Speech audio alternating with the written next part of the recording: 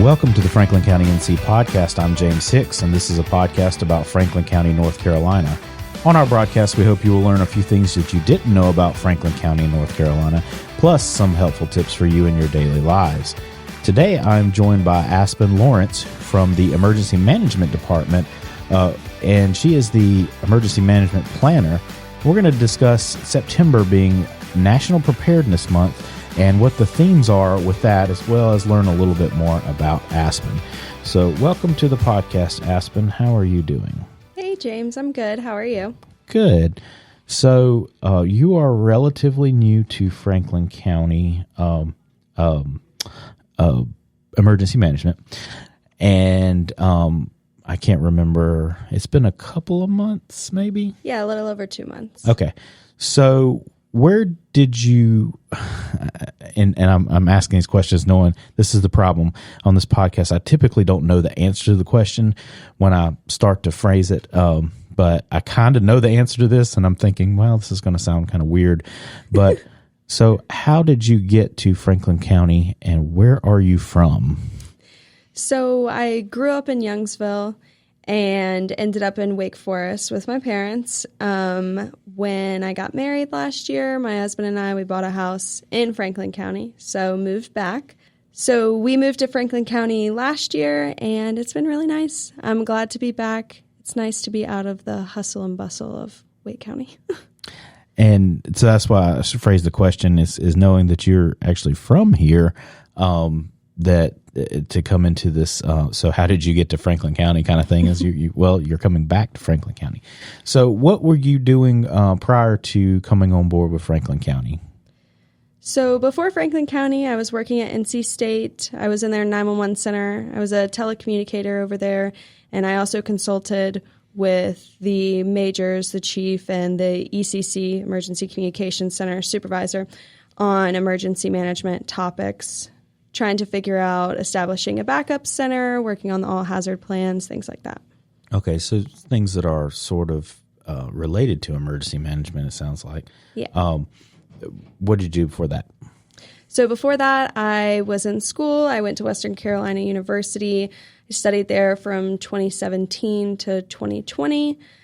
While I was there, I got my degree in criminal justice and a degree in emergency and disaster management.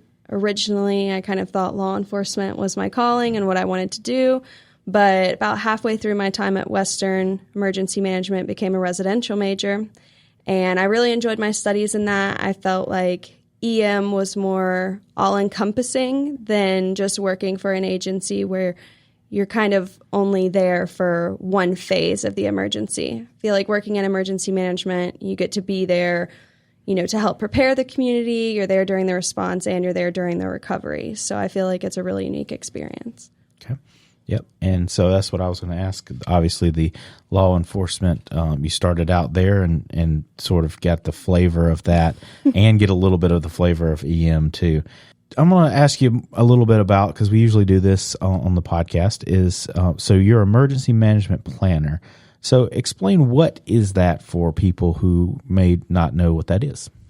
So as the emergency management planner for the county, I do have a lot of involvement with the plans. Right now we're going through an emergency operations plan rewrite. So we're kind of chucking the old one and really trying to write one that's more relevant to the county as we're growing. So I do a lot of work on that, but there's also so many other plans. I could probably talk for hours about that. Well, what are some, throw out a few here and there? Because I know the emergency operations plan is like the big one. Yeah. But you got some other ones. The big fish. What else do you work on? So I'm also working on a hazard vulnerability assessment for the county. We also work on incident action plans for large special events like Airfest. I'll be working on that coming up soon. And while most of my work is concentrated on the plans, I also work with other departments on planning exercises and trainings, things like that. But you'll also find me on scene at places. Nick and I are usually out there. We try to help coordinate resources for departments and help with rehab and things like that. Yep. It seems like, planning is probably a big part of the job, but then you get to touch a little bit of everything else in emergency management is what I'm hearing. Yeah, absolutely. Okay.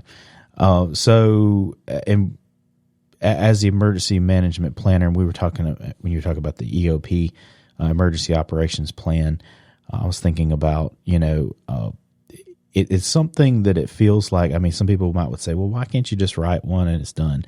But it seems like almost every emergency or different situations that are happening out there, you have to be constantly changing this to adapt absolutely. to different things. So that's something that I guess keeps you on your toes when you're working on planning that stuff. So for emergency management, and of course you referenced Nicholas Thorpe, the emergency management director, who's been on the podcast, and of course on our video series On Scene with Emergency Management, where we try to not only share tips, but kind of give a little bit of an insight into what emergency management does, because I don't think that people, unless a disaster happens, they don't really see emergency management sometimes and all the work that kind of goes behind the scenes to prepare. So if you haven't seen that series, check that out on our YouTube page, and we share that on all our social media channels as well. But with emergency, we do a lot with emergency management because there's a lot to usually talk about, and there's a lot of, we'll say, preparedness months or weeks or things like that. Well, September happens to be one of those. So tell us, what is September in the world of emergency management? So September is National Preparedness Month. This is where emergency management departments all over the country are trying to bring awareness to why it's important to be prepared for emergencies and disasters. There's a lot of social media outreach included with this. And I know we've talked about maybe doing a video or two that may be a little different than our normal short form on-scene emergency management, something a little bit more. But we're also doing this podcast and things like that. So National Preparedness Month, everybody's doing that. And I think it seems to be a more generic month. I mean, we've talked probably in the past about winter weather or hurricanes or severe weather, and this is sort of the prepare for everything kind of reminder. Yeah, definitely. So, and from what I understand, there's themes that each year that they try to focus on some different things. So what is this year's theme? So this year's theme is focusing more on older adult preparedness. So we're really looking at the community and seeing how can we help these people that have different needs than the average person. So yeah, we're looking at older adult preparedness this month, and I'm excited about it.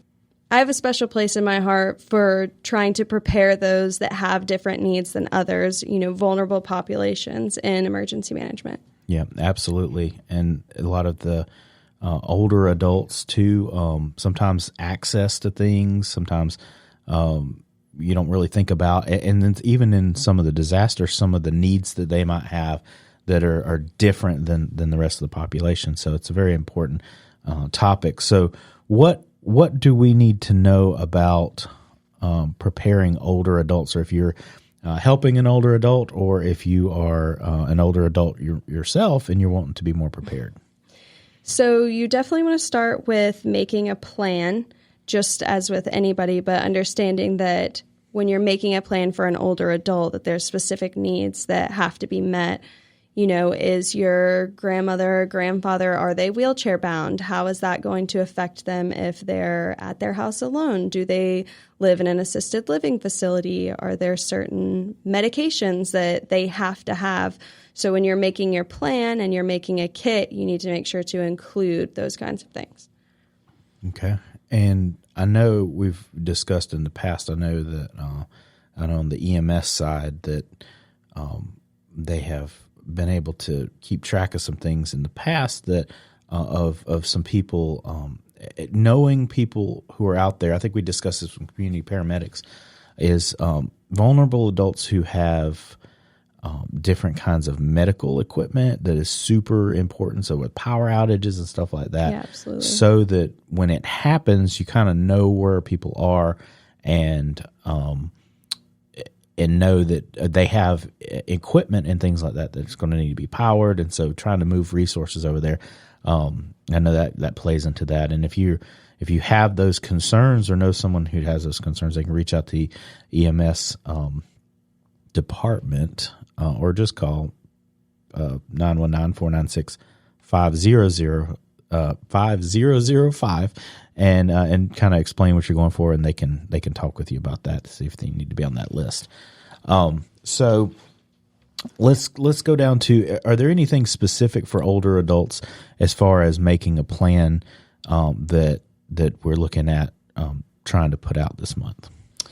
Yeah, so when we talk about making a plan, specifically with older adults, we want to make sure that the emergency contacts are updated. We want to make sure whoever your caregivers or caretakers, whoever they are, that their contact information is somewhere with you. And we want to make sure that your medical information is up to date. Unfortunately, as we get older, our medical information gets a little more complicated. So we want to make sure that all of that is up to date and that it's written out somewhere because, God forbid something happen and you are there alone as an older adult and you do have medical complications. If EMS is going to come, it's going to be a lot easier for them to have that kind of information ready. You want to make sure that your meeting locations are established and how you're getting to those locations. And if you're going to shelter in place or evacuate, what that looks like. When you start talking about older adults and medical equipment, you start thinking about, hospital beds. If you need a bed that's going to help you sit up, if the power goes out, what are you going to do? So things like that. And then how are you going to get emergency alerts and information? I think we as a society have moved forward so far in social media, and we rely on that a lot. But I know for a lot of older adults, they don't care about Facebook and Instagram and all that kind of stuff. So how are they going to get updates? Do they have a hand crank or battery-powered radio where they can get those emergency weather and communications updates, things like that? Mm-hmm.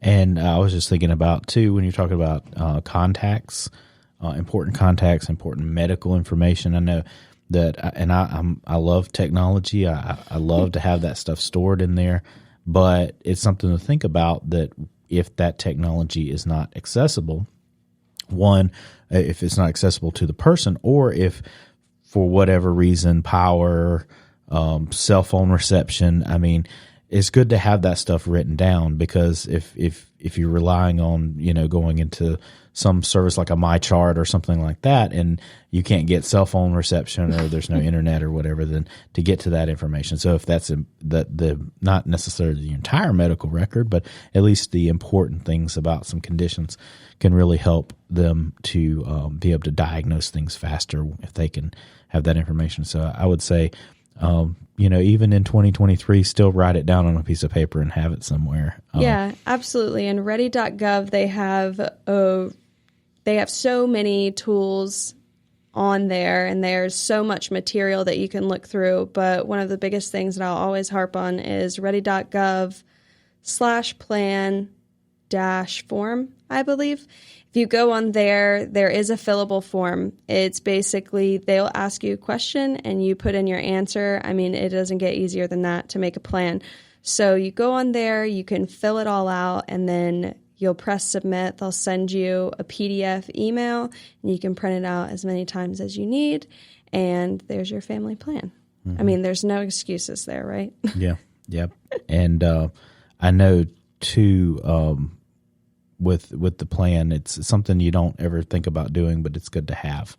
And this is definitely something in the month that if you don't take anything away from anything that emergency management says to do to prepare, it's to make a plan. Make a plan, or and the other secondary one I would say is have a kit. Yes, absolutely. That's sort of the. So, is there any guidance for? I know generically for people should have a kit. Mm-hmm. And if you want to talk about that, but maybe also if there's anything specific to older adults that should think about having in the kit. Yeah, so the basic supplies that you need to have in your kit is at least 3 days of medicine, water, and non-perishable foods. And something I always remind people of is, everybody thinks, oh, I'll have canned soup and canned this and canned that. Make sure you have a can opener, not an electric one. Get a manual can opener and have that in your kit too. As I mentioned before, the battery-powered or hand-crank radio so that you can get weather alerts, news alerts, things like that. You want to make sure you have a flashlight. And if it's battery-powered, make sure you have extra batteries because if you have it on 24/7, it will go out at some point. Make sure you have a first aid kit, a whistle to call for help, a mask. I know COVID seems like it's long gone, but most people have at least a mask laying around. Throw that in your kit. Make sure you've got toiletries and wet wipes just for your own personal hygiene, hand sanitizer. Then you start getting into more of the nitty-gritty, like, moist towelettes and garbage bags. Nobody wants to talk about personal sanitation, but it is important, even though it's gross. And then like a wrench or pliers to turn off your utilities, things like that. Those are all basic, local maps, battery banks, phone chargers. I mean, your kit can be as big or as little as you want it to be. If I were you, I'd want to have a huge kit, but that's just me. I am an EM planner. So, yeah. And then, you start getting into those special needs. Do you have prescriptions? Do you wear eyeglasses? Do you have hearing aids? Make sure that you have all of these things. If you've got medical equipment, like we were talking about, hospital beds, oxygen machines, electric wheelchairs, how are you going to power those when the power goes out? And then obviously this isn't necessarily geared towards older adults, but since we're already on the topic and hopefully people are listening, if you'll have like activities for your young kids, like books, coloring materials, puzzles, things like that. If you have pets, make sure you have extra food and water for your pets. You should have a gallon a day per person of water. But if you have a pet, then you need to have extra water for that. So things like that. Yeah. A lot of things to think about to be prepared. And with just recently, some people probably might have experienced living in this section of North Carolina. We had I think it was level 3 risk of storms, and those storms, while it didn't feel like it was that bad, it knocked the power out for a day and a half for a lot of people in our region from Franklin County, Granville, Nash, Wake County, Johnson. It feels like everybody was out of power in some areas because of trees coming down, knocking down those things, and of course, power companies, they had to work really hard to try to get that back on. So with National Preparedness Month, and I can't remember scheduling wise what if this is where it comes, but I know that emergency management participates in some things that are actually geared more towards older adults, from either just some I don't know what you call them, conversations, talks, maybe on a smaller group setting, but then also the Aging Services Department will host a national prepared, well, not national prepared. They would host a disaster preparedness fair. Yeah. I don't know if that's this month. I know it's coming up soon, and I know y'all participated, but I don't know if you have anything to.